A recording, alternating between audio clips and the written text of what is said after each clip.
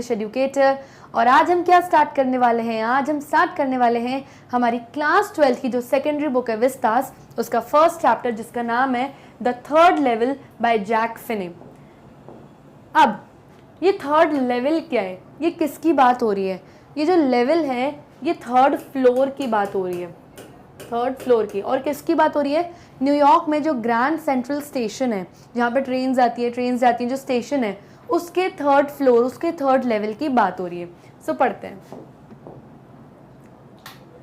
So introduction देखते हैं सबसे पहले इस चैप्टर का। अब इंट्रोडक्शन देने से पहले मैं आपको एक छोटा सा ओवरव्यू दे देती हूँ। इस चैप्टर में बेसिकली एक मैन है जिसका नाम है चार्ली और उसकी वाइफ है लुइजा। अब जो चार्ली है ये अपनी लाइफ से बहुत परेशान है।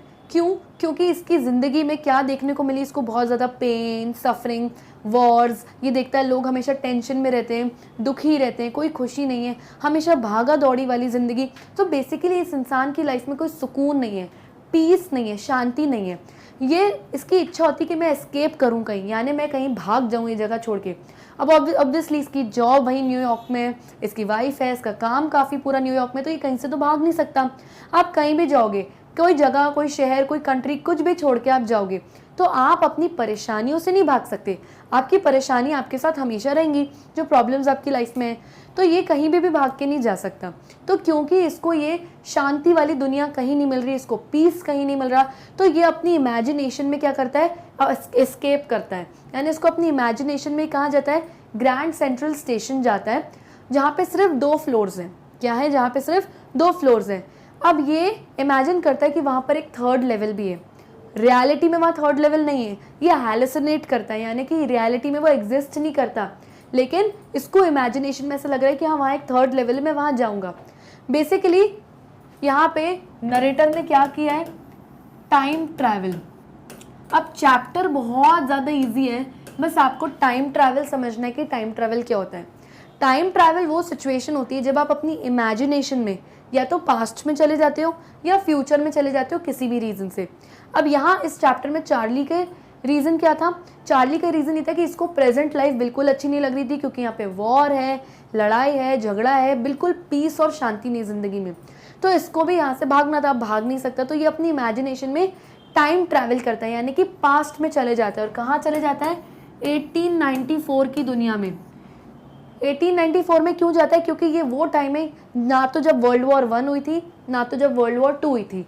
ये वर्ल्ड वॉर के 1 के बहुत पहले का टाइम है, इसीलिए वहाँ जाता है, क्योंकि वहाँ बहुत शांति है, बहुत पीस है, सबकी लाइफ बहुत अच्छी से चल रही है, सब मज़े में रहते हैं। तो ये 1894 के टाइम में चले जाते हैं। और कैसे जाता है? ग्रैंड सेंट्रल स्टेशन के थर्ड फ्लोर से। वहाँ कोई थर्ड फ्लोर नहीं, ये अपने दिमाग में इमेजिन करता है कि ग्रैंड सेंट्रल स्टेशन में एक थर्ड फ्लोर है, ये वहाँ जा रहा है। और वहाँ से कहाँ पहुँच गए? 1894 के गेल्सबर्ग में। गेल्सबर्ग एक क्या है? एक शहर है न्यूयॉर्क में। सो ये वहाँ पहुँच जाता है। अब इसने क्या किया? ये इमेजिनेशन में पास्ट में गया, तो इसने क्या किया? इसने टाइम ट्रैवल किया। अब ये जो आपका चैप्टर है ये एक साइंस फिक्शन है। क्यों? क्योंकि इसमें साइंस का कॉन्सेप्ट लगा हुआ है जो कि है टाइम ट्रैवल। और फिक्शन यानी कि पूरी स्टोरी इमेजिनरी है, रियल में कभी ऐसा किसी के साथ नहीं हुआ। टाइम ट्रैवल के ऊपर बहुत सारी मूवीज़ भी बनी हुई हैं, जैसे एवेंजर्स हो गई, और एक आपके भी नेटफ्लिक्स पे आई थी आई गेस JL50। तो ये सब अगर आप मूवीज़ देखोगे तो आपको और अच्छे से समझ में आएगी कि मैं किस टाइम ट्रैवल के कॉन्सेप्ट की बात कर रही हूँ। तो टाइम ट्रैवल बस आपको इतना समझना है कि जब इमेजिनेशन में आप प्रेजेंट या पास्ट में, फ्यूचर या पास्ट में चले जाते हो, क्योंकि प्रेजेंट में तो आप हो, या तो पास्ट में चले जाते हो या तो फ्यूचर में चले जाते हो अपनी कुछ प्रॉब्लम्स की वजह से। That is your time travel. Okay, so let's begin with the introduction. The third level by Jack Finney is about the harsh realities of the war. War has irreversible consequences, thus leaving people in a state of insecurity. तो third level में हम Jack फिने जो इसके author हैं वो बात करते हैं harsh realities of the war की वजह से, कि जब वॉर होती है, जैसे सेकेंड वर्ल्ड वॉर थी, फर्स्ट वर्ल्ड वॉर थी, इनके बाद जो इनके कॉन्सिक्वेंसेज होते हैं, जो इसके रिजल्ट्स होते हैं, ये बहुत ख़राब होते हैं, क्योंकि इंसान इसमें बहुत बुरी कंडीशन में रह जाते हैं। किसी के घर वाले एक्सपायर हो जाते हैं, किसी के प्रॉपर्टी, सामान सब खत्म हो जाते हैं, तो लोग लिटरली वॉर के बाद बर्बाद हो जाते हैं। It is also about modern day problems and how common man tends to escape reality by various means. और इसमें कॉमन डे प्रॉब्लम भी बताई जाती है, जो कि रोज़मर्रा में हमें प्रॉब्लम्स फेस करनी पड़ती है, और एक आम आदमी कितना परेशान होता है इन सब प्रॉब्लम्स की वजह से। और उसका मन क्या करता है कि मैं एस्केप कर जाऊं, यानी मैं भाग जाऊं इन प्रॉब्लम से कहीं दूर। In this story a man name Charlie hallucinate. इस स्टोरी में एक आदमी है जिसका नाम है चार्ली, वो हैलिसिनेट करता है, यानी कि to experience a situation which seems to be real but actually it is not present in reality. तो वो क्या एक्सपीरियंस करता है, वो एक ऐसी सिचुएशन एक्सपीरियंस करता है जो रियलिटी में एग्जिस्ट नहीं करती, जो सच्चाई में है नहीं, लेकिन ये उसको एक्सपीरियंस कर रहा है कि हाँ मैं इस जगह पे हूँ, हाँ मैं ग्रैंड सेंट्रल स्टेशन के 3rd फ्लोर पे हूँ, जो कि रियलिटी में 3rd फ्लोर है ही नहीं, वहाँ पे सिर्फ 2nd फ्लोर तक है। And reaches the 3rd level of the Grand Central station which has only 2 levels. तो अब हम इसकी पूरी आगे की स्टोरी डिटेल में पढ़ते हैं कि आखिर कैसे वो पहुंचा और आखिर उसका क्या लास्ट में क्या सोल्यूशन निकला उसकी प्रॉब्लम्स का। So let's begin with the chapter. The presidents of the New York Central and the New York New Haven and Hartford railroads will swear on a stack of timetables that there are only 2. अब ये presidents कौन है? वो presidents यानी वो लोग जो New York central Station पे काम करते हैं, जो न्यूयॉर्क न्यू हेवन स्टेशन पे काम करते हैं, जो हार्टफोर्ड रेल रोड्स पे काम करते हैं। तो प्रेसिडेंट्स यानी ये लोग जो हर अलग अलग स्टेशन पे काम करते हैं, ये स्वेयर करेंगे, यानी इन लोगों से अगर पूछो तो ये कसम खाएंगे कि ग्रैंड सेंट्रल स्टेशन पर सिर्फ 2 ही फ्लोर हैं, तीसरा फ्लोर है ही नहीं। और कसम कैसे खाएंगे ये लोग? स्टैक का मतलब क्या होता है? A pile of objects that are neatly arranged. तो जैसे किताबें और पेपर्स जो एक के ऊपर ऐसे करके बंडल बन के रखी रहती हैं, इसको हम कहते हैं स्टैक। ओके। और टाइम टेबल्स का मतलब क्या है यहाँ पे? अ schedule showing the departure and arrival times of trains. तो जितने भी लोग अलग अलग स्टेशन पे ये लोग जो बैठे हुए हैं, इनके पास क्या है? इनके पास ऐसा बंडल, एक पाइल बना हुआ है पेपर्स का, जिसमें टाइम टेबल्स है कि किस टाइम पे ट्रेन आएंगी, कौन सी ट्रेन किस टाइम पे जाएगी, किस टाइम पे ट्रेन। तो बेसिकली पूरे ट्रेन्स के अलग अलग ट्रेन्स के आने और जाने के जो टाइम टेबल्स है वो लिखे इन पेपर्स पे। तो लिटरली इन स्टेशन पे काम करने वाले जो लोग हैं वो in departure and arrival of trains के बंडल के ऊपर हाथ रख के कसम खाएंगे और बोलेंगे कि हम कसम खाते हैं कि यहाँ पर 3 फ्लोर्स नहीं है, ग्रैंड सेंट्रल स्टेशन पे सिर्फ 2 फ्लोर्स हैं। बट आई से देयर आर 3। अब ये आई कौन है? आई नरेटर है, यानी कि हमारे चैप्टर में जो चार्ली हैं वो कहता है, पर मैं बोलता हूँ कि नहीं, वहाँ पर 3 फ्लोर हैं। Because I have been on the 3rd level of the Grand Central station. क्योंकि वो कह रहा है क्योंकि मैं ग्रैंड सेंट्रल स्टेशन के 3rd लेवल पर गया हूँ। Yes, I have taken the obvious step. लेकिन अब वो बोल रहा है कि भाई वो लोग कह रहे हैं वहाँ के काम करने वाले कि यहाँ पे सिर्फ 2 फ्लोर हैं, और मैं कह रहा हूँ कि नहीं, वहाँ पे 3rd फ्लोर भी है क्योंकि मैं वहाँ पर गया हूँ। अब क्योंकि मैं गलत हूँ कि वो लोग गलत हैं, मुझे समझ में नहीं आ रहा था कि मेरे साथ क्या हो रहा है, इसलिए उसने एक ऑब्वियस स्टेप लिया, एक चीज़ करी जो ऑब्वियसली सिचुएशन में सबको करनी चाहिए। I talked to a psychiatrist friend of mine among others. Psychiatric कौन होता है? साइकैट्रिस्ट वो डॉक्टर होता है जो आपके दिमाग का इलाज कराता है। अगर आपके दिमाग में चीज़ें सही से नहीं चल रही हैं, कुछ प्रॉब्लम है, कुछ ब्रेन रिलेटेड इमोशनल या मेंटल इंस्टेबिलिटी हो रही है, तो आपका साइकैट्रिक डॉक्टर जो है, साइकैट्रिस्ट होता है, उसको आप अपनी प्रॉब्लम बताओ तो वो आपकी हेल्प करता है और आपको इस प्रॉब्लम से बाहर निकलने में हेल्प करता है। तो चार्ली का एक फ्रेंड है जिसका नाम है सैम, वो साइकैट्रिस्ट है, वो डॉक्टर है। तो उसने अपनी ये प्रॉब्लम अपने डॉक्टर को शेयर करी, अपने फ्रेंड को शेयर करी कि भाई मेरी ये दिक्कत है, वो लोग कह रहे हैं वहाँ पे 2 फ्लोर है, लेकिन मैं 3rd फ्लोर पे गया हूँ, वहाँ है 3rd floor grand Central Station पे, तो इन सब का क्या है, मुझे समझ नहीं आ रहा कि मेरे साथ क्या हो रहा है। तो ऐसा चार्ली ने अपने साइकैट्रिस्ट डॉक्टर से शेयर किया। अब अगर आप इस डायग्राम को देखेंगे तो ये क्या है?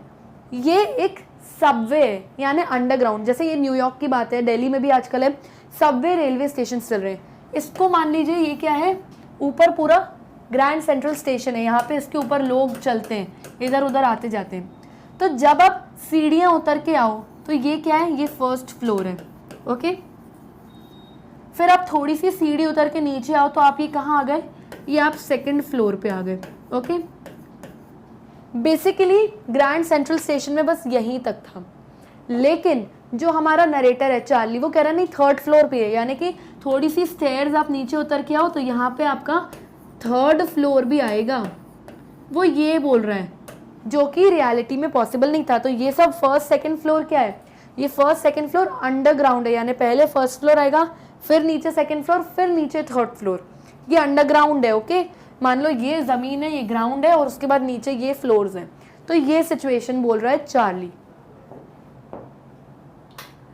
I told him about the third level at Grand Central Station and he said it was a waking dream wish fulfillment.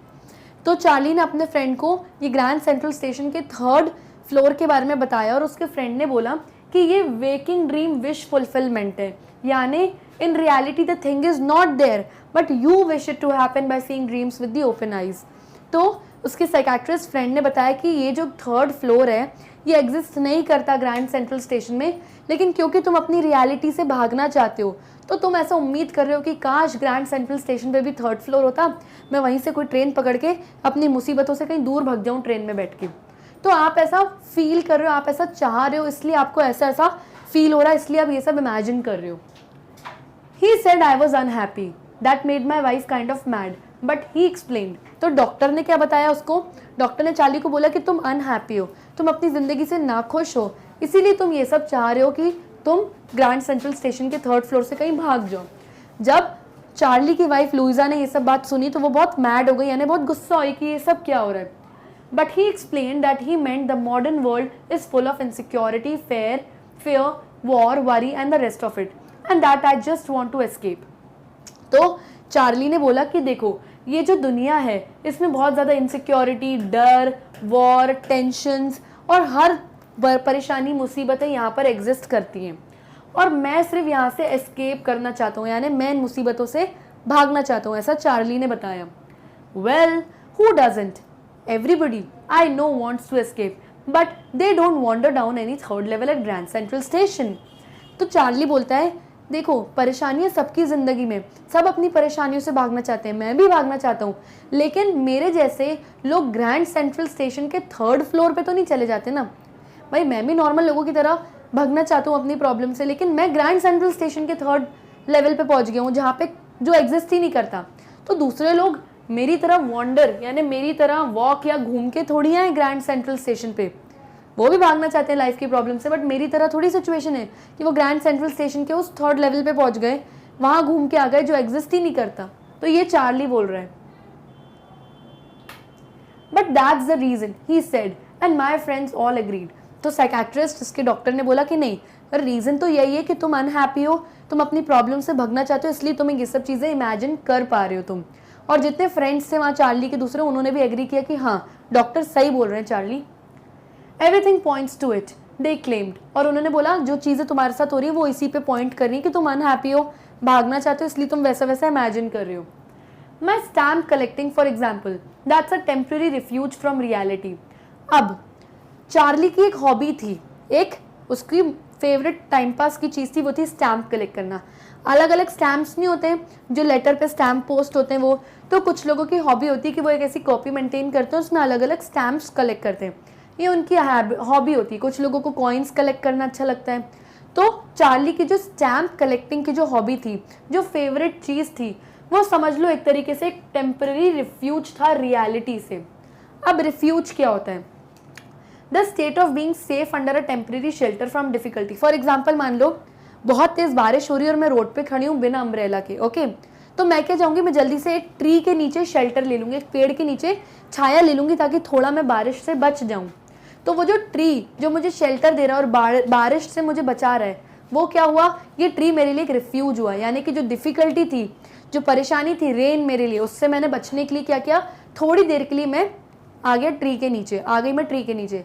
तो एग्जैक्टली चार्ली के लिए भी जो स्टैम्प कलेक्टिंग की जो ये एक्टिविटी है, जो हॉबी है, वो उसके लिए रिफ्यूज है। यानी जब भी वो अपनी लाइफ से बहुत परेशान होता है, जब भी उसकी लाइफ में बहुत टेंशन्स होती है, तो इनसे थोड़ा सा अपना माइंड डिस्ट्रैक्ट करने के लिए वो क्या करता है, वो स्टैम्प कलेक्टिंग की अपनी एक्टिविटी चालू कर देता है और इस तरीके से अपना देखने लगता है अपनी स्टैम्प्स। तो ये उसके लिए क्या है, स्टैम्प कलेक्टिंग, ये एक तरीके से रिफ्यूज है, यानी शेल्टर है, बस थोड़ी देर के लिए टेम्परेरी वो भूल जाता है अपनी प्रॉब्लम्स को और स्टैम्प कलेक्टिंग करता है। Okay, well maybe, but my grandfather didn't need any refuge from reality. Things were pretty nice and peaceful in his day from all I hear, and he started my collection.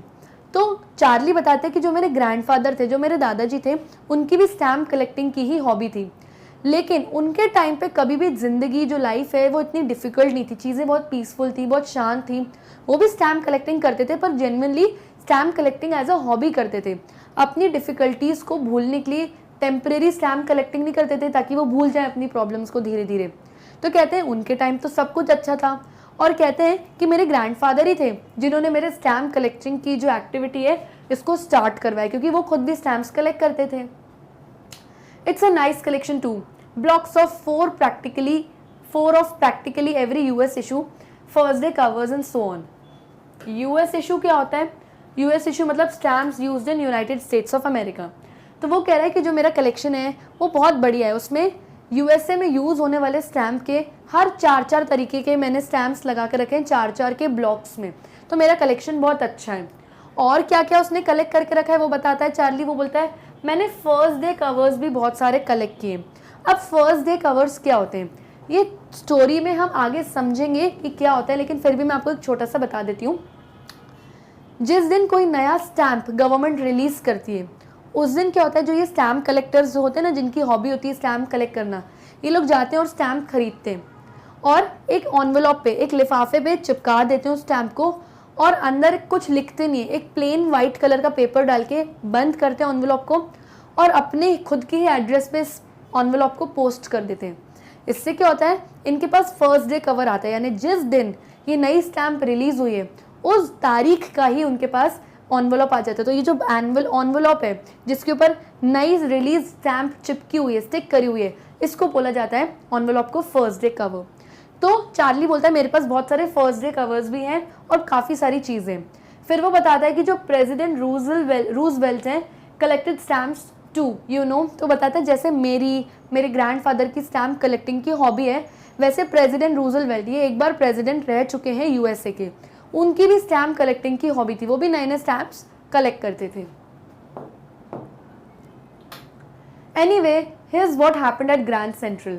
तो अब finally सब बातों से, अपनी hobby की बात से हटके चार्ली अब फाइनली बता रहा है कि वो ग्रैंड सेंट्रल स्टेशन पे कैसे पहुंचा। तो बोलता है कि मैं कैसे पहुंचा ग्रैंड सेंट्रल स्टेशन पे। वो बताता है one night last summer I worked late at the office. तो कहता है एक बार पिछली गर्मियों की बात है, मैं बहुत देर तक अपने ऑफिस में काम कर रहा था।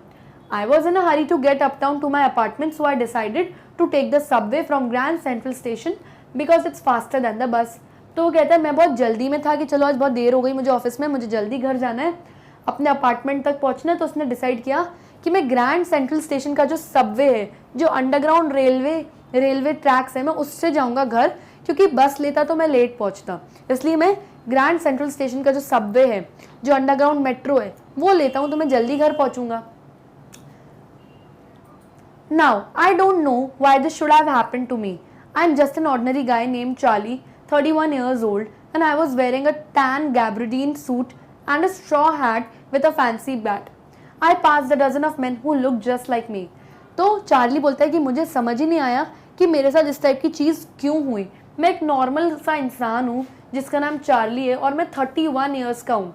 और मैं उस टाइम क्या पहना हुआ था, मैंने टैन गैबर्डीन पहना था। टैन क्या होता है? टैन एक लाइट ब्राउन कलर होता है, और गैबर्डीन क्या होता है?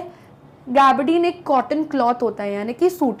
तो कह रहा था मैंने ऐसा पहना था, यानी मैंने कि लाइट ब्राउन कलर का ऐसा सूट पहना था। मैं अपने ऑफिस से निकल रहा था और मैं अपने घर की तरफ जा रहा था, और मैंने एक हैट पहनी थी जो स्ट्रॉज, अलग अलग स्ट्रॉज से बनी हुई थी। कहता है मेरे आसपास बहुत सारे, डजन यानी 12। तो कहता है मेरे आसपास बहुत सारे लोग निकले जो एग्जैक्टली मेरे जैसे दिखते, पर मुझे समझ में नहीं आता कि उन सबको छोड़ के ये जो इंसिडेंस था ग्रैंड सेंट्रल स्टेशन के 3rd फ्लोर पे जाने का, ये सिर्फ मेरे साथ ही क्यों हुआ, ऐसा चार्ली कह रहे हैं। And I wasn't trying to escape from anything, I just wanted to get home to Louisa my wife. तो चार्ली कहता है मैं किसी चीज़ से उस टाइम एस्केप या भागने की कोशिश नहीं कर रहा था, मैं तो बस जल्दी से घर जाना चाह रहा था ऑफिस से, क्योंकि मुझे अपनी वाइफ लुइजा के पास जाना था। I turn in to Grand Central from Vanderbilt Avenue and went down the steps to the first level where you take the trains like the 20th century. तो कहता है मैं, जैसे एक बड़ा सा स्टेशन होता है उसमें अलग अलग गेट्स होते हैं ना एंटर होने के, जैसे टर्मिनल 3, टर्मिनल 2, टर्मिनल 1 गेट से, गेट नंबर 1, गेट नंबर 2। तो वैसे ही यहाँ पे एक गेट का नाम है वैंडरबिल्ट एवेन्यू।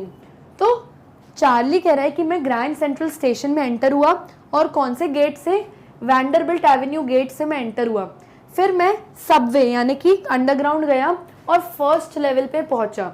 इस तरीके से मैंने आपको बताई थी कि ये मान लीजिए ग्राउंड है और ये सीढ़ियाँ हैं, यहाँ पे आगे आपका फर्स्ट लेवल, फिर कुछ सीढ़ियाँ हैं, यहाँ पे आगे आपका सेकेंड लेवल।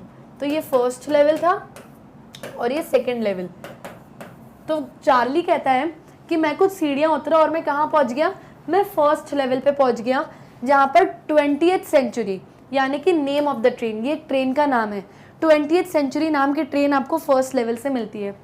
फिर कहता है फिर मैं then I walk down another flight to the second level, flight यानी कि स्टेयर्स, सीढ़ियाँ। फिर वो कहता है फिर मैं कुछ सीढ़ियाँ और नीचे पहुँचा और मैं कहाँ पहुँच गया, मैं सेकेंड लेवल पर पहुँच गया। और यहाँ पे आपको सब अर्बन ट्रेन्स मिलती है। सब अर्बन भी एक ट्रेन का नाम है जो आपको रेजिडेंशियल एरियाज की तरफ ले जाती है। तो कहता है फिर मैं सब अर्बन ट्रेन, फिर मैं सीढ़ियाँ उतर के सेकेंड लेवल पे आया जहाँ पे सब अर्बन ट्रेन्स मिलती है। Ducked into an arched doorway heading for the subway and got lost. फिर वो कहता है एक फिर दरवाज़ा आया जो आर्क्ड था। आर्क पता है ना हमें, आर्क क्या होता है, जो एक ऊपर से ऐसा शेप होता है। कहता है मैं इस आर्क्ड यानी कि कर्व्ड दरवाजे पे आया। लोअर द हेड और बॉडी क्विकली, कहता है मैंने अपना सर झुकाया और इस आर्क्ड डोर में से मैं नीचे निकला। और जब मैं यहाँ से बाहर निकला तो मैं गुम हो गया। मैं आया ग्रैंड सेंट्रल स्टेशन, मैं अंडरग्राउंड फर्स्ट लेवल पहुंचा, फिर कुछ सीढ़ियाँ उतर के सेकेंड लेवल पहुंचा, फिर वहाँ पे एक दरवाज़ा था जो आर्क था, मैं झुक के उस दरवाजे के नीचे निकला और मैं गुम हो गया, मुझे नहीं पता चला मैं कहाँ पहुंचा। फिर वो कहता है दैट्स इजी टू डू, कहता है ये कितना आसान था कि मैं आया ग्रैंड सेंट्रल स्टेशन में, 2 फ्लोर नीचे उतरा और घूम गया, इतनी आसानी से मैं घूम गया स्टेशन पे। I have been in and out of Grand Central hundreds of times, but I'm always bumping into new doorways and stairs and corridors. तो कहता है वो कि मैं ग्रैंड सेंट्रल स्टेशन में हज़ारों बार, हंड्रेड्स टाइम, कई बार आया हूँ, और जब जब मैं आता हूँ मैं अलग अलग दरवाज़ों से, अलग अलग सीढ़ियों से, अलग अलग कॉरिडोर से निकलता हूँ। मुझे समझ में नहीं आ रहा कि मेरे साथ ये क्यों हो रहा है। बम्पिंग का मतलब नॉक और गो इनटू समथिंग। तो कहता है कभी मैं किसी टनल में चले जाता हूँ, कभी मैं किसी दरवाजे से निकल जाता हूँ, कभी मैं किसी कॉरिडोर में निकलता हूँ। इतनी बार आया हूँ और हर बार अलग अलग जगह निकलता हूँ। तो कहता है मुझे समझ ही नहीं आ रहा कि मेरे साथ ऐसा क्यों हो रहा है। फिर वो बताता है चार्ली कि once I got into a tunnel about a mile long and came out in the lobby of a Roosevelt hotel. तो कहता है आप हैरान होंगे सुन के कि मेरे साथ क्या हुआ। एक बार कहता है एक बार मैं ट्रेन में बैठा, ट्रेन किसी टनल से निकली जो 1 मील दूर थी, और जब मैं बाहर आया तो रूजवेल्ट होटल की लॉबी में बाहर निकला। कहता है ये कैसे हो सकता है। कहता है ऐसे ऐसे एक्सपीरियंसेस हो रहे मेरे साथ कि मैं होटल की लॉबी में निकला हूँ ट्रेन में बैठ के। फिर वो बताता है another time I came up in office building on 46th street 3 blocks away. तो फिर बोलता है एक बार मेरे साथ ऐसा हुआ कि मैं ट्रेन में बैठा, टनल में गया, और टनल का मतलब, और फिर मैं कहाँ निकला, मैं एक ऑफिस में पहुँच गया, एक बिजनेस ऑफिस में पहुँच गया जो 46 स्ट्रीट पर थी, 3 ब्लॉक्स अवे, यानी कि ग्रैंड सेंट्रल स्टेशन से 3 ब्लॉक्स दूर एक 46 स्ट्रीट पर एक ऑफिस था। कहता है मैं उस ऑफिस में निकला ट्रेन में बैठ के। कहता है मेरे साथ ऐसे ऐसे एक्सपीरियंसेस हो रहे हैं जब जब मैं ग्रैंड सेंट्रल स्टेशन जाता हूँ। Sometimes I think Grand Central is growing like a tree pushing out new corridors and staircases like roots. तो यहाँ पे एक डायग्राम दिया है, ये आपकी बुक से, और बहुत इंटरेस्टिंग डायग्राम है ये। कहता है मुझे लगता है कि ग्रैंड सेंट्रल स्टेशन रूट्स यानी पेड़ की जड़ों की तरह बढ़ रहा है। जड़ें कैसी होती हैं, रूट्स इधर से हर जगह से न्यू निकलने लगती है ऐसे। तो कहता है ग्रैंड सेंट्रल स्टेशन इस ट्री की जड़ों की तरह जो हर बार नए नए दरवाजे, हर बार नई नई सीढ़ियाँ, नए नए कॉरिडोर्स, हर बार अलग अलग चीज़ें निकलती हैं। और जब भी मैं जाता हूँ तो कभी मैं किसी दरवाजे से निकल जाता हूँ, कभी किसी कॉरिडोर से निकलता हूँ, कभी किसी टनल में से निकल जाता हूँ। मुझे समझ ही नहीं आ रहा कि मेरे साथ क्या हो रहा है। There's probably a long tunnel that nobody knows about feeling its way under the city right now, on its way to Times Square and maybe another to Central Park. अब ये टाइम्स स्क्वायर और central park क्या है? ये New York में जगह है। Times square काफ़ी फेमस है, सेंट्रल पार्क भी काफ़ी फेमस है। तो चार्ली कहता है कि मुझे तो ऐसा लगता है कि मैं कभी भी किसी नए नए टनल में घुस जाता हूँ, और मुझे नहीं पता कि चलो आज मैं बैठा हूँ तो आज मैं किसी टनल में बैठ के कभी टाइम्स स्क्वायर में भी बाहर निकल सकता हूँ, कभी किसी टनल या किसी ट्रेन में बैठ के मैं सेंट्रल पार्क में निकल सकता हूँ बाहर। तो कहता है मुझे समझ में नहीं आ रहा क्या हो रहा है। कि कभी मैं सेंट्रल पार्क में निकल सकता हूँ या कभी मैं टाइम स्क्वायर में भी निकल सकता हूँ, ऐसा भी हो सकता है कह रहे। And may be because for so many people through the years Grand Central has been an exit, a way of escape, maybe that's how the tunnel I got into। तो चार्ली कहता है कि हजारों लोग इतने सालों से ग्रैंड सेंट्रल स्टेशन को एज एन एग्जिट यूज करते हैं। अब एग्जिट मतलब किसी जगह से बाहर निकलना। आज मैं यहाँ हूँ, अगर मैं इस दरवाजे से बाहर निकल गई यानी कि मैं एग्जिट कर गई यहाँ से। तो कह रहा है चार्ली कि बहुत सारे लोगों ने ग्रैंड सेंट्रल स्टेशन को एज एन एग्जिट यूज किया, यानी कि ग्रैंड सेंट्रल स्टेशन से निकल के किसी दूसरी जगह पहुंचने के लिए यूज किया है। तो कहता है शायद मैंने भी एस्केप करने के लिए, अपनी प्रॉब्लम से दूर भागने के लिए ग्रैंड सेंट्रल स्टेशन को एक यूज करने लगा मैं अपनी इमेजिनेशन में कि मैं यहाँ से निकलूं और मैं किसी अच्छी जगह पहुंच जाऊं। फिर वो कहता है but I never told my psychiatrist friend about that idea. तो फिर वो कहता है पर मैंने अपने दोस्त, साइकेट्रिस्ट फ्रेंड जो उसका दोस्त है जो डॉक्टर है, कहता है मैंने उसको इस बारे में कभी नहीं बताया कि मैं ग्रैंड सेंट्रल स्टेशन को एज एन एग्जिट यूज़ करता हूँ कि भगवान किसी मेरी प्रॉब्लम से मुझे बचाओ, जो मेरी प्रॉब्लम्स चल रही है मेरी लाइफ में, और मैं ग्रैंड सेंट्रल स्टेशन के थ्रू एग्जिट कर जाऊँ। Okay. The corridor I was in began angling left and slanting downward and I thought that was wrong but I kept on working. तो कॉरिडोर क्या होता है? ऐसे लंबा सा रास्ता होता है और आपके दोनों तरफ वॉल्स होती हैं, दीवारें होती हैं। तो कहता है एक बार जब मैं फाइनली ग्रैंड सेंट्रल स्टेशन गया अपनी इमेजिनेशन में, अब ये रियलिटी में नहीं जा रहे हैं, ये किस में जा रहे हैं? ये जा रहे हैं अपनी इमेजिनेशन में चार्ली। तो अपनी इमेजिनेशन में एक दिन उसने इमेजिन किया कि मैं ग्रैंड सेंट्रल स्टेशन के एक बड़े से कॉरिडोर में हूँ और कहता है मुझे लग भी रहा है कि मैं कोई गलत रास्ते में जा रहा हूँ, लेकिन फिर भी मैं रुका नहीं, मैं कंटिन्यूसली वॉक करते रहा इस कॉरिडोर पे। All I could hear was the empty sound of my own footsteps and I decided and didn't pass a soul। तो जब चार्ली इस पर वॉक करना था अपने इमेजिनेशन में तो उसने सिर्फ अपनी फुटस्टेप्स, अपनी पैरों की आवाज़ सुनी, क्योंकि यहाँ पे कोई नहीं था और सिंगल सोल यानी कोई भी इंसान उसके आसपास नहीं था। वो अकेला इस कॉरिडोर में जा रहा था, उसको सिर्फ अपने पैरों की आवाज़ आ रही थी। Then I heard that sort of hollow roar ahead that means open space and people talking। फिर कहता है जब मैं चलते गया तो क्या हो रहा था? ऐसा लग रहा था ये जो जब मैं चल रहा हूँ तो चलते चलते मैं लेफ्ट की तरफ जा रहा हूँ। कहाँ जा रहा हूँ? इस लेफ्ट डायरेक्शन की तरफ जा रहा हूँ, क्योंकि ये लेफ्ट की तरफ स्लैंटिंग डायरेक्शन में मुझे ले जा रही थी ये corridor.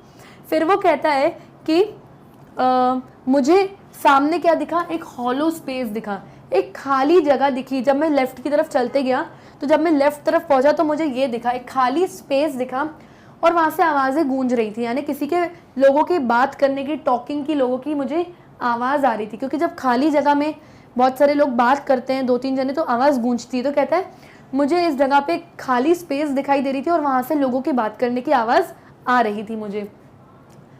The tunnel turn sharp left I went down a short flight of stairs and came out on the 3rd level of grand Central station.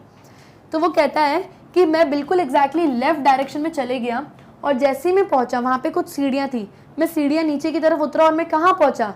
मैं ग्रैंड सेंट्रल स्टेशन के 3rd फ्लोर पे पहुँचा, जो कि रियलिटी में exist ही नहीं करता, वहाँ पे सिर्फ 2 फ्लोर्स ही हैं।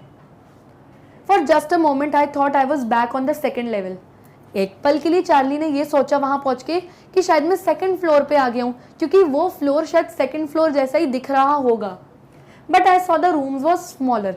लेकिन फिर चार्ली ने नोटिस किया कि ये 2nd फ्लोर नहीं है, क्योंकि 2nd फ्लोर काफ़ी बड़ा है और जहाँ मैं पहुँचा हूँ ये रूम काफ़ी थोड़ा सा छोटा है। There were few ticket windows and train gates and the information booth in the centre was wood and old looking. तो वहाँ जो 3rd फ्लोर था वो कैसा दिख रहा था? वो ऐसा दिख रहा था कि वहाँ पे कुछ टिकट काउंटर्स थे, यानी कि एक छोटे छोटे ऐसी टिकट काउंटर्स बने रहते हैं, वहाँ लोग बैठे और आप वहाँ से जाके टिकट खरीद सकते हो।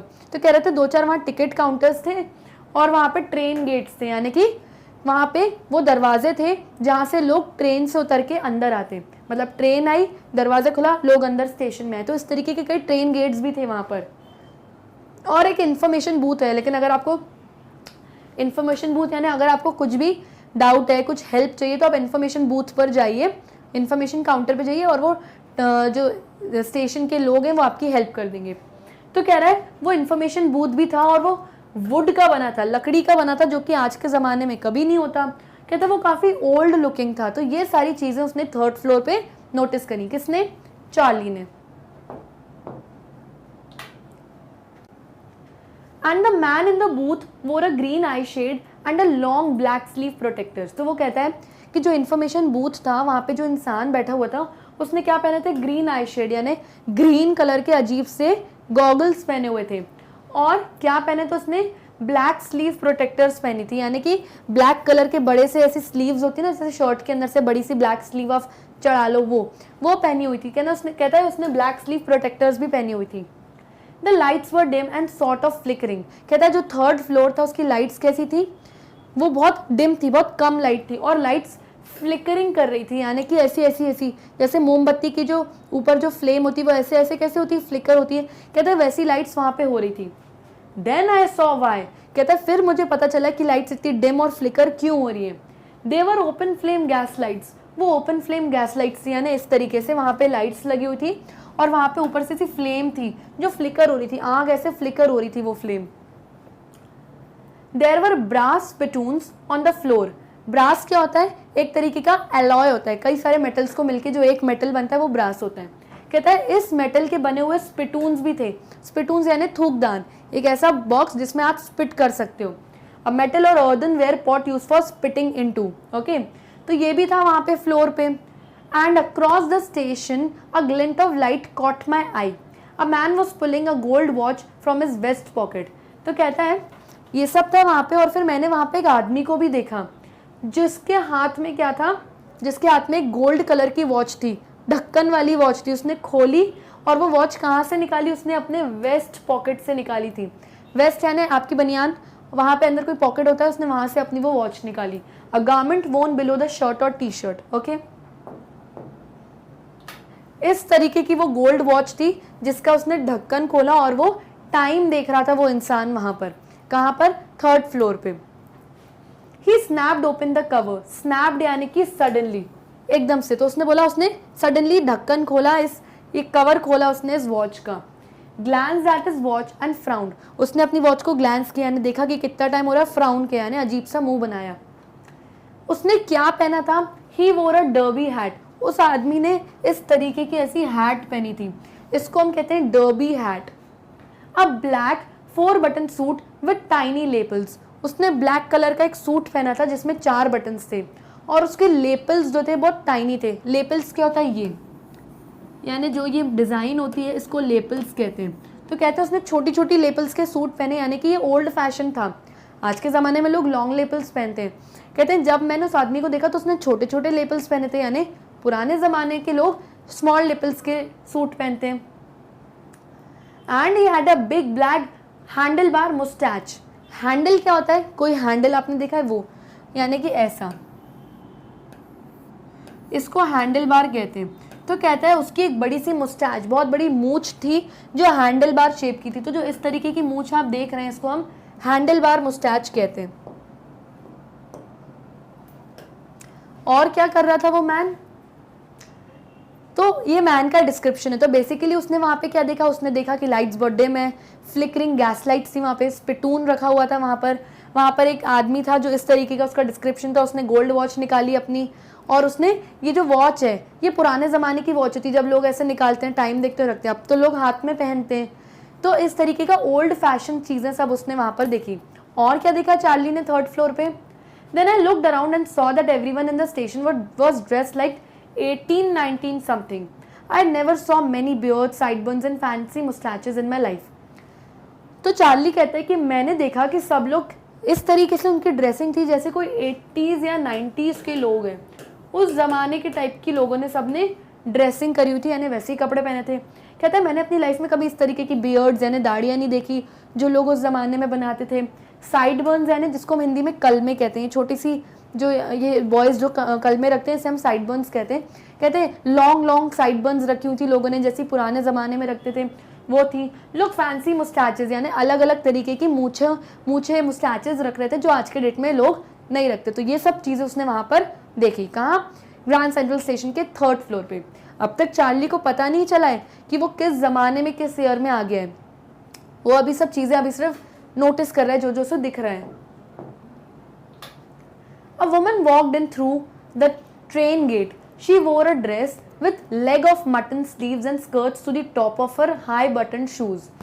अब दूसरी चीज़ क्या नोटिस करता है चार्ली यहाँ पे, कि एक वुमन है जो अभी भी ट्रेन गेट से एंटर हुई है, यानी कि ट्रेन आई, गेट खुला, ट्रेन में से लोग अंदर आए, गेट बंद, ट्रेन चली गई। तो कहता है उसने अभी अभी देखा कि एक ट्रेन गेट में से एक वुमन अंदर आई है और वो वुमन इस तरीके की दिख रही है।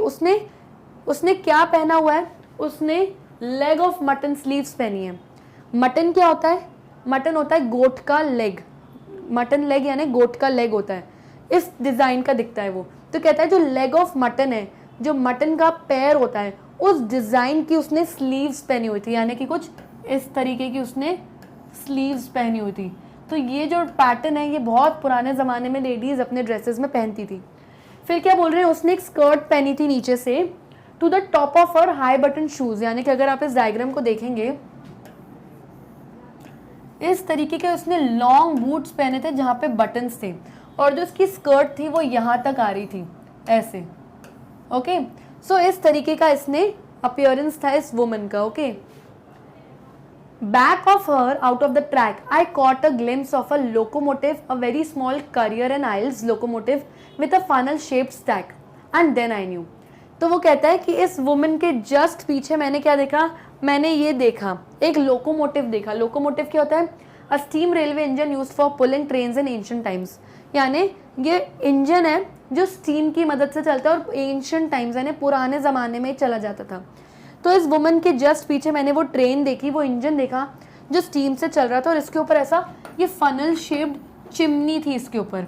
ओके, स्टैक का मतलब क्या होता है? चिमनी इन अ स्टीम इंजन। कहता है उसमें किसी स्टीम की चिमनी भी थी उसमें, और वो कहता है कि ये कौन सी कंपनी की स्टीम इंजन थी? करियर एंड आइल्स नाम की ये स्टीम इंजन थी, और इस चिमनी का शेप कैसा था? फनल जैसा इसका शेप था। तो कहता है ये अजीब अजीब चीज़ें मैंने वहाँ पर देखी जो रियलिटी में मुझे देखने को नहीं मिलती। To make sure I walked over to a newsboy and glanced. तो जब उसने ये सब लोगों को देखा, इतनी पुराने ज़माने की स्टीम इंजन देखी, तो चार्ली कहता है एंड देन आई नो। तो चार्ली को फाइनली अब थोड़ा कंफर्म हो गया कि मैं एक पुराने ज़माने में, यानी मैं पास्ट में आ गया हूँ, यहाँ लोग मेरे जैसे नहीं दिख रहे हैं। फिर भी उसने अपनी बात को कंफर्म करने के लिए एक न्यूज़ बॉय के पास गया, यानी कि एक लड़का बैठा था वहाँ स्टेशन पे जो न्यूज़पेपर्स बेच रहा था। तो ये उसके पास गया और उसने स्टैक ऑफ पेपर्स देखे, यानी उसके पास बहुत ऐसे लंबी पाइल बनी हुई थी, ऐसे बिल्कुल माउंटेन बना हुआ था न्यूज़पेपर्स का। उसने देखा और उसने देखा कि वो न्यूज़पेपर कौन सा है। उसने देखा इट वॉज द वर्ल्ड नाम का न्यूज़पेपर वहाँ रखा हुआ था, and the World hasn't been publish for years. और चार्ली ने सोचा कि द वर्ल्ड नाम का जो न्यूज़पेपर है ये काफ़ी सालों से पब्लिश नहीं हुआ है, यानी ये न्यूज़पेपर की कंपनी बंद हो चुकी है। The lead story said something about president Cleveland. जो न्यूज़पेपर की लीड स्टोरी थी, यानी फ्रंट पेज पे जो न्यूज़ छपी थी, वो प्रेसिडेंट क्लीवलैंड के बारे में छपी थी। प्रेसिडेंट क्लीवलैंड कौन था? He became president of USA twice. ये यूएसए के प्रेसिडेंट 2 बार बन चुके हैं। तो वो कह रहे हैं कि ये मतलब तब की बात है जब प्रेसिडेंट क्लीवलैंड प्रेजेंट में वहाँ पर प्रेसिडेंट थे। तो मतलब कहता है कि तब की बात है, अराउंड 1894 या 1890s की बात है, क्योंकि तब प्रेसिडेंट क्लीवलैंड यूएसए के प्रेसिडेंट थे। I found that front page since in the public library files and it was printed June 11, 1894। फिर चार्ली ने क्या देखा? उस न्यूज़पेपर पे उस दिन की डेट देखी, क्योंकि जो न्यूज़ बॉय है वो उसी दिन का न्यूज़पेपर बेचेगा, जाहिर सी बात है। तो डेट क्या लिखी थी? जून 11, 1894। तो चार्ली ने देखा कि मैं पास्ट में पहुंच गया हूँ, और कौन सी डेट है आज? 11 जून 1894 में पहुंच गया हूँ मैं। तो ये सब चार्ली ने नोटिस किया, और ये जो पिक्चर आप देख रहे हैं ये प्रेसिडेंट क्लीवलैंड की पिक्चर है। I turned toward the ticket windows knowing that here on the 3rd level of Grand Central I could buy tickets that would take Louisa and me anywhere in the United States we wanted to go। तो जब Charlie ने देखा और finally उसे confirm हो गया कि हाँ मैं पास्ट में आ गया हूँ और 1894 में आ गया हूँ, वो बहुत खुश हो गया। वो समझ गया कि चलो जो रियल लाइफ में मेरी प्रॉब्लम्स हैं मैं उससे एस्केप कर चुका हूँ, उससे भाग के मैं पास्ट में आ गया हूँ जहाँ बहुत सुख है, बहुत शांति है, लोगों की ज़िंदगियों में कोई वॉर नहीं है, सब बढ़िया शांति से जी रहे हैं। तो उसने सोचा कि मैं एक काम करता हूँ, मैं यहाँ से 2 टिकट्स खरीदता हूँ अपने लिए और अपनी वाइफ लुइजा के लिए, और यहाँ से मैं कहीं भी जा सकता हूँ जहाँ पे बहुत शांत हो, जहाँ पे बहुत पीसफुल लोगों की लाइफ हो। तो वो क्या गया, वो टिकट विंडो की तरफ गया जहां से लोग टिकट खरीदते हैं। इन द ईयर 1894, तो वो बेसिकली 1894 के टिकट काउंटर पे गया। And I wanted 2 tickets of Galesburg Illinois. तो वो कहता है, टिकट काउंटर पे जो आदमी बैठा है उससे बोलता है मुझे 2 टिकट्स चाहिए गेल्सबर्ग इलिनॉइस की। अब न्यूयॉर्क में एक स्टेट है जिसका नाम है इलिनॉइस और वहाँ पे ये शहर है गेल्सबर्ग। तो गेल्सबर्ग एक सिटी का नाम है न्यूयॉर्क में। ओके, तो वो टिकट काउंटर से बोलता है, मुझे टिकट वाले मैन से बोलता है कि मुझे 2 टिकट्स चाहिए गेल्सबर्ग के लिए, हमें गेल्सबर्ग जाना है। Have you ever been there? अभी ऑथर हमसे पूछ रहे हैं, नरेटर, कि आप कभी गेल्सबर्ग गए हैं? It's a wonderful town still. वो बताते हैं गेल्सबर्ग के बारे में कि गेल्सबर्ग बहुत वंडरफुल टाउन है, बहुत अच्छी जगह है। With big old frame houses, वहाँ पे बड़े बड़े फ्रेम हाउसेज है, यानी कि ऐसे घर हैं जो फ्रेम जैसे, सीनरी जैसे दिखते हैं, इतने सुंदर घर हैं वहाँ पे। ह्यूज लॉन्स, बड़े बड़े पार्क और लॉन्स है वहाँ पर। And tremendous trees whose branches meet overhead and roof of the streets.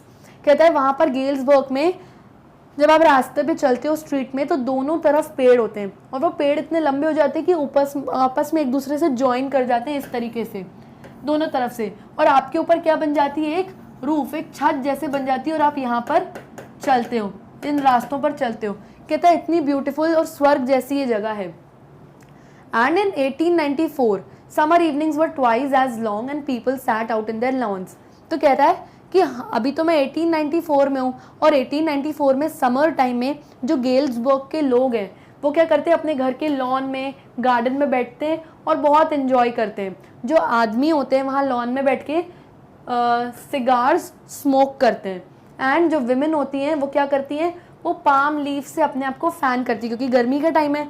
Palm leaf क्या होती है, इस तरीके की ऐसी लीफ होती है, बड़ा सा पत्ता और इसका फैन बनता है और इससे वो लोग अपने आप को फैन करते हैं, हवा करते हैं, क्योंकि गर्मी का समय, उनको गर्मी लग रही है, तो अपने लॉन में बैठ के वो लोग इतना पीसफुली लाइफ एंजॉय करते हैं। With the fire flies all around. Fire flies क्या होती है, एक फ्लाई होती है जब रात में या शाम में जाती है तो वो लाइट जैसी, जुगनू, हिंदी में हम उसको जुगनू कहते हैं, वो उड़ती है तो ऐसे लगता है उसमें से कोई आग जल रही है, ऐसे लाइट जैसी फ्लिकर होती है वो। तो आस पास क्या है, वहाँ पे फायर फ्लाइज हैं गेल्सबर्ग के लॉन में, इन अ पीसफुल वर्ल्ड, और वहाँ पे सब कुछ बहुत पीसफुल है, बहुत शांत है। तो बेसिकली जो चार्ली है वो 3rd लेवल पे जो टिकट काउंटर है वहाँ से 2 टिकट्स गेल्सबर्ग की इसीलिए लेना चाहता है क्योंकि वो 1894 के गेल्सबर्ग में जाना चाहता है जहाँ पे लोग लॉन में बैठते हैं, कोई सिगार पी रहा है, कोई पाम लीफ से हवा कर रहा है, आसपास फायर फ्लाइज उड़ रही हैं, लोगों की ज़िंदगी बहुत पीसफुल है, बहुत शांत है, कोई वॉर नहीं है, कोई झगड़ा नहीं है। तो इसीलिए वो गेल्सबर्ग जाना चाहता है क्योंकि वो बहुत पीसफुल है वहाँ पे। Okay, to be back there with the first World War still 20 years off and World War II over 40 years in the future. I wanted 2 tickets for that. तो वो क्यों जाना चाहता है गेल्सबर्ग, क्योंकि ये 1894 का वो टाइम है जहाँ पे अब तक ना World War I हुई थी ना World War II हुई थी, यानी फ्यूचर में World War I आने में अभी 20 years थे और World War II आने में अभी 40 years थे। तो सब कुछ बहुत पीसफुल था, इसीलिए वो वहाँ गेल्सबर्ग जाना चाहता था। तो इसने टिकट काउंटर पे जो मैन था उससे क्या बोला, I want 2 tickets for that, यानी मुझे आप गेल्सबर्ग की 2 टिकट्स दे दीजिए, एक अपने लिए, एक और एक उसकी वाइफ लुइजा के लिए मांगी उसने। The clerk figured the fair, he glanced at my fancy headband but he figured the fair and I had enough for 2 coach tickets one way. Clerk कौन है, क्लर्क है टिकट सेलर, जो बंदा वहाँ पर टिकट बेच रहा था। तो जो टिकट सेलर था उसने क्या देखा, उसने वो स्ट्रॉ वाली फैंसी हैट देखी जो कि चार्ली ने पहना हुआ था। फिर उसने क्या बताया, फिर फिगर्ड द फेयर, फिर उसने फेयर यानी टिकट के पैसे बताए कि इतने रुपए आपके लगेंगे गेल्सबर्ग जाने के लिए। तो जब इसने टिकट के पैसे बताए तो चार्ली ने नोटिस किया कि ठीक है, मेरे पास इतने पैसे तो हैं कि मैं और लुइजा यहाँ से चले जाएं गेल्सबर्ग वन वे के लिए, मतलब जाने के तो लिए हमारे पास पैसे थे, लेकिन वहाँ से वापस यहाँ आने के लिए हमारे पास पैसे इतने इनफ नहीं थे। But when I counted out the money and looked up the clerk was staring at me. तो जब चार्ली अपने पैसे काउंट वाउंट कर रहा था तो जब उसने ऊपर देखा तो क्लर्क उसकी तरफ घूर घूर के देख रहा था। He nodded at the bills, bills यानी कि मनी, पैसे। तो जैसे ही क्लर्क, वो टिकट सेलर ने चार्ली के हाथ में पैसे देखे, उसने ऐसे किया कि यानी ये पैसे नहीं चलेंगे, ये करेंसी नहीं चलेंगी। तो वो गुस्सा हो जाता है और वो क्या बोलता है चार्ली से टिकट सेलर, वो कहता है that ain't money mister, he said, and if you are trying to skin me you won't get it very far, and he glanced at the cash drawer beside him. तो वो ticket seller चिल्लाता है और बहुत गुस्से में बोलता है चार्ली से कि मिस्टर ये पैसे नहीं है, और अगर तुम मुझे स्किन करना चाहते हो, स्किन मी यानी कि तुम अगर मुझे लूटना चाहते हो या मुझे बेवकूफ़ बनाना चाहते हो तो ध्यान रहे तुम ज़्यादा दूर नहीं जा पाओगे, मैं पुलिस को भी बुला सकता हूँ। और फिर वो अपने आसपास में जो ड्रॉअर था उसको घूरने लग गया था। तो चार्ली अभी बहुत डर गया। Of course the money was old style bill, half again as big as the money we use nowadays and different looking. फिर चार्ली ने नोटिस किया, ओ यस मैं तो 1894 में हूँ, यहाँ पे जो करेंसी है वो अलग है प्रेजेंट डे के हिसाब से। उस टाइम की जो अभी आज की जो करेंसी है वो इतनी बड़ी है। ओके, और कह रहा है कि आज के ज़माने में हम करेंसी इस साइज़ की यूज़ करते हैं, लेकिन उस ज़माने में इसकी हाफ यानी करेंसी सिर्फ इतनी साइज़ की होती थी। तो कहता है कि वो जो करेंसी, जो बिल्स, जो पैसे में यूज़ कर रहा था वो अब यहाँ 1894 में नहीं चलेंगे। तो वो टिकट नहीं खरीद पाया बेसिकली गेल्सबर्ग के लिए। I turned away and got out fast. There's nothing nice about jail even in 1894. तो चार्ली बहुत डर गया क्योंकि जो वो है टिकट सेलर है उसने वो बहुत गुस्सा होगा कि ये करेंसी नहीं चलेगी। और एक चीज़ मैं आप सबको बता दूं कि ये इलीगल है, ये लॉ के खिलाफ है कि अगर आपके पास किसी दूसरी कंट्री की करेंसी या कोई अलग टाइप की करेंसी आप मार्केट में लेके घूम रहे हो तो ये इलीगल है, आपको जेल हो सकती है। तो इसीलिए चार्ली बहुत डर गया क्योंकि उसके पास करेंसी दूसरी थी और वहाँ पे कुछ और टाइप की करेंसी चल रही थी 1894 में। तो वो कहता है कि मैं बस वहाँ से जल्दी से निकल गया क्योंकि 1894 में भी जेल कभी अच्छा नहीं होता। तो कहता है मुझे जेल में जाने का कोई शौक नहीं, मैं जल्दी से वहाँ से निकल गया। And that was that, I felt the same way I came I suppose. तो वो कहता है मैं जिस रास्ते से 3rd लेवल तक आया था मैं उसी रास्ते से वापस घूम के जल्दी से अपने घर आ गया क्योंकि मेरे पास पैसे नहीं थे। तो उसने क्या किया, next day during lunch hour I drew $300 out of the bank, nearly all we had, and bought old style currency that really worried my psychiatrist friend. तो अब जब वो वापस आ गया तो उसने अगले दिन अपने ऑफिस का जब उसको लंच आवर मिला तो उसने क्या किया, उसने अपनी करेंसी एक्सचेंज कराई थी। अब करेंसी कहाँ एक्सचेंज होती है, आप किसी भी कॉइन डीलर के पास जाओ और वहाँ पे बोलो अपनी करेंसी दो और बोलो कि मुझे उस टाइम की करेंसी चाहिए, तो वो आपको दे देता है। सिर्फ रिटर्न में क्या लेता है, रिटर्न में वो लेता है प्रीमियम, यानी कि कोई कमीशन या फिर कोई आपसे चार्ज करता है पैसे तो वो ले लेता था, तो वो ले लेता है। तो फिर उसने क्या किया, चार्ली ने, उसके पास $300 थे, वो बैंक गया, उसने बैंक से अपने $300 विड्रॉ करे और उनके पास सिर्फ इतनी ही सेविंग थी और उसने एक्सचेंज करा दिए 1894 की करेंसी से। और उसको बदले में कितनी करेंसी मिली, लेस दैन $200, यानी $300 उसने दिए और रिटर्न में उसको $200 से भी कम मिले, यानी चार्ली बेसिकली लॉस में गया। और जब उसने ये भी चीज़ अपने साइकेट्रिस्ट फ्रेंड को बताई तो उसको बहुत टेंशन हो गई कि तुम क्या कर रहे हो यार, तुम पैसे पुरानी करेंसी के लिए ले रहे हो और इतना लॉस बेयर कर रहे हो तुम। You can buy old money at almost any coin dealer but you have to pay a premium. तो बस आपको प्रीमियम पे करना और किसी भी कॉइन डीलर से आप अपने पैसे एक्सचेंज करा सकते हो किसी भी करेंसी के। My $300 bought less than 200 in old style bills, but I didn't care. Eggs were 13 cents a dozen in 1894. तो चार्ली कहता है हाँ मुझे कोई फ़र्क नहीं पड़ते कि मैंने $300 दिए और बदले में मुझे $200 से भी कम की करेंसी मिली 1894 की। कहता ठीक है, वैसे भी उस ज़माने में सब कुछ बहुत चीप रहता है, सब कुछ बहुत सस्ता होता है।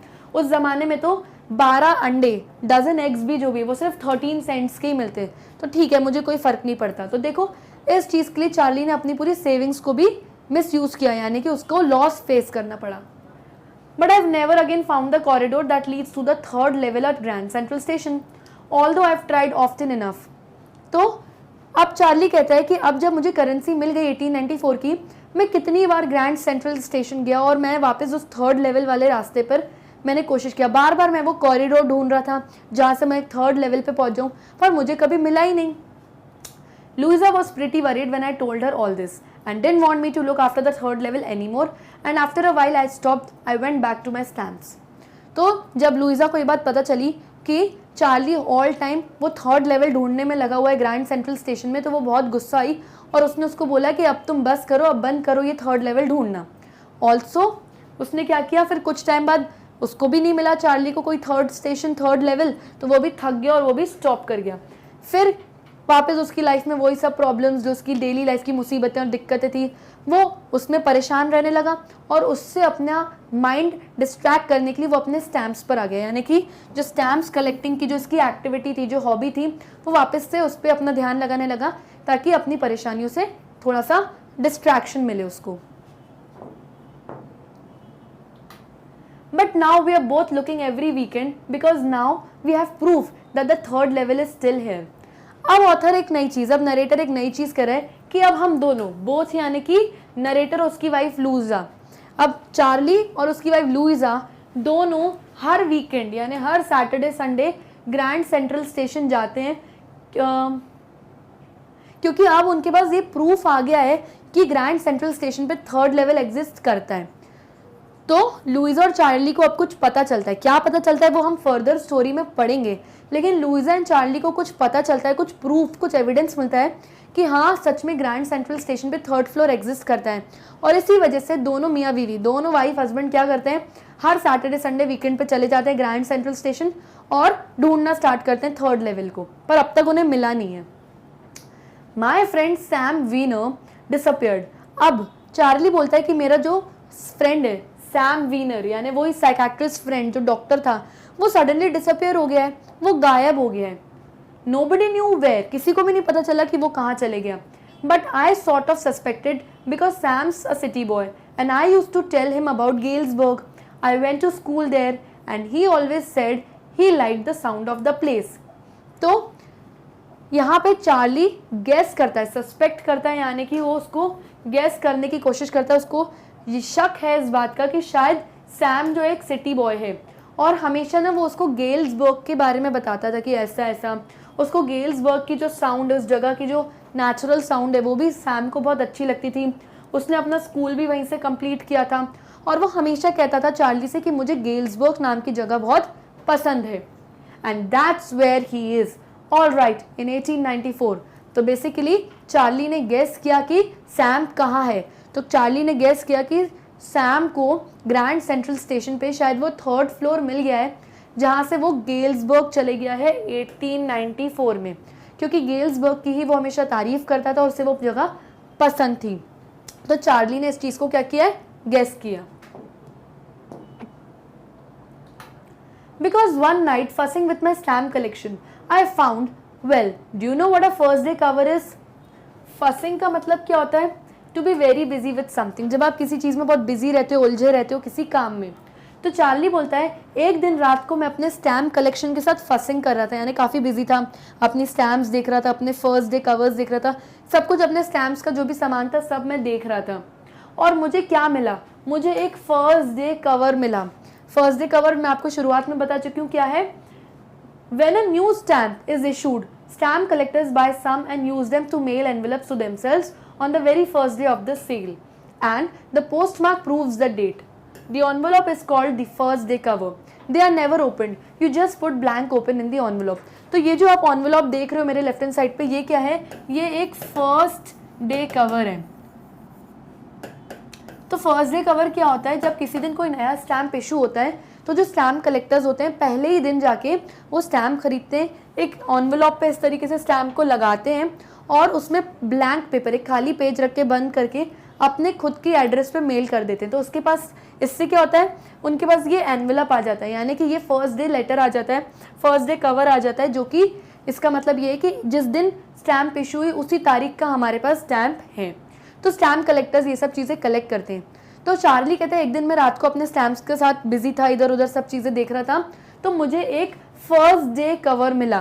क्या मिला, मुझे एक फर्स्ट डे कवर मिला। That night among my oldest first day covers, I found one that shouldn't have been there. तो जब चार्ली अपने सारे कवर्स देख रहा था तो उसमें से उसको क्या मिला, उसको एक फर्स्ट डे कवर मिला जो कि बहुत ओल्ड था, काफ़ी पुराना था, और वो कहता है कि वो फर्स्ट डे कवर वहाँ नहीं होना चाहिए था। बट देयर इट वॉज, लेकिन वहाँ मुझे वो ओल्ड फर्स्ट डे कवर मिला। It was there because someone had mailed it to my grandfather as his home in Galesburg. That's what the address on the envelope said. तो Charlie कहता है कि ये जो फर्स्ट डे कवर था ये मेरा नहीं था, ये मेरे ग्रैंडफादर का था, और ये तब का था जब मेरे ग्रैंडफादर गेल्सबर्ग में रहते थे और किसी ने उनको शायद ये मेल किया था। तो ये मेरे ग्रैंडफादर का, मेरे दादाजी का फर्स्ट डे कवर है, एनवलप है। ये मेरे स्टैम्प कलेक्शन में, मेरे फर्स्ट डे के जो फर्स्ट डे कवर्स के जो कलेक्शन है उसमें क्या कर रहे हैं। और उस पर जो एड्रेस लिखा था उनका, वही एड्रेस लिखा था जब मेरे ग्रैंडफादर गेल्सबर्ग में रहते थे। And it had been there since July 1894। और क्या डेट लिखी थी उस पर? डेट लिखी थी जुलाई 1894।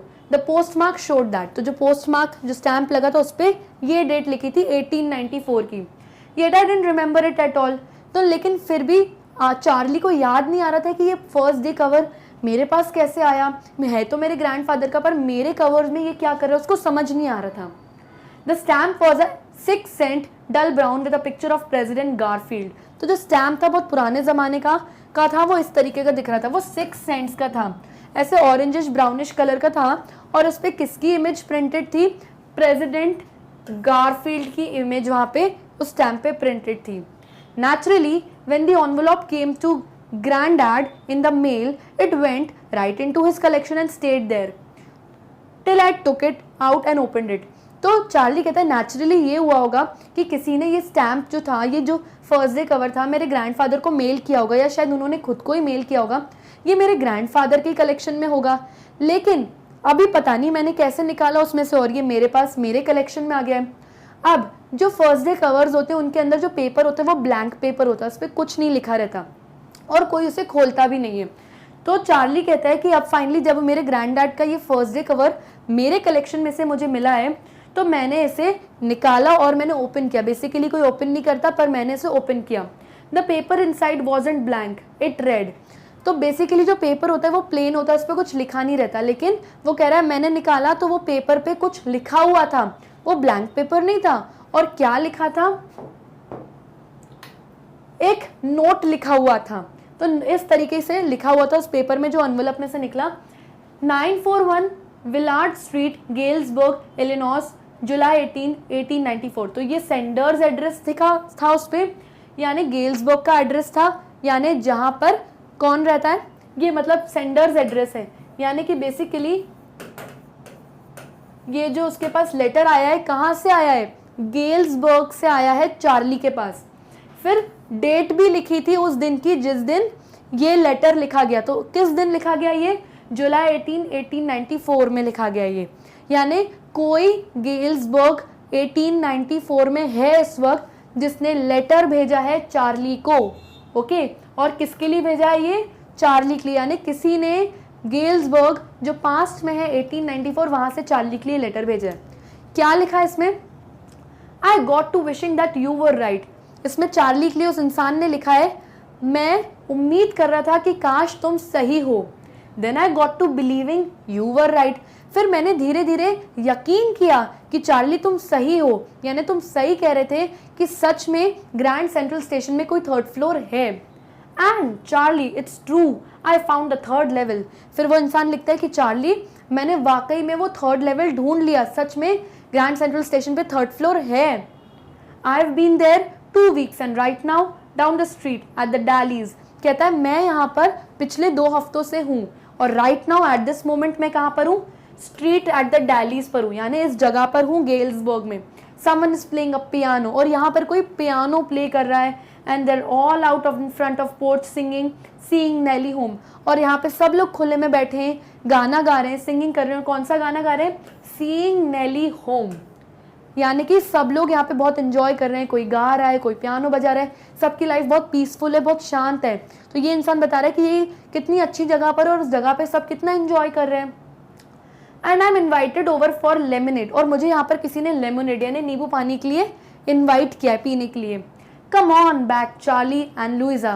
तो जिसने ये लेटर लिखा है वो लुइजा और वो चार्ली और उसकी वाइफ लुइजा को क्या कह रहा है कि जल्दी आ जाओ यहाँ पर 1894 के गेल्सबर्ग में आ जाओ।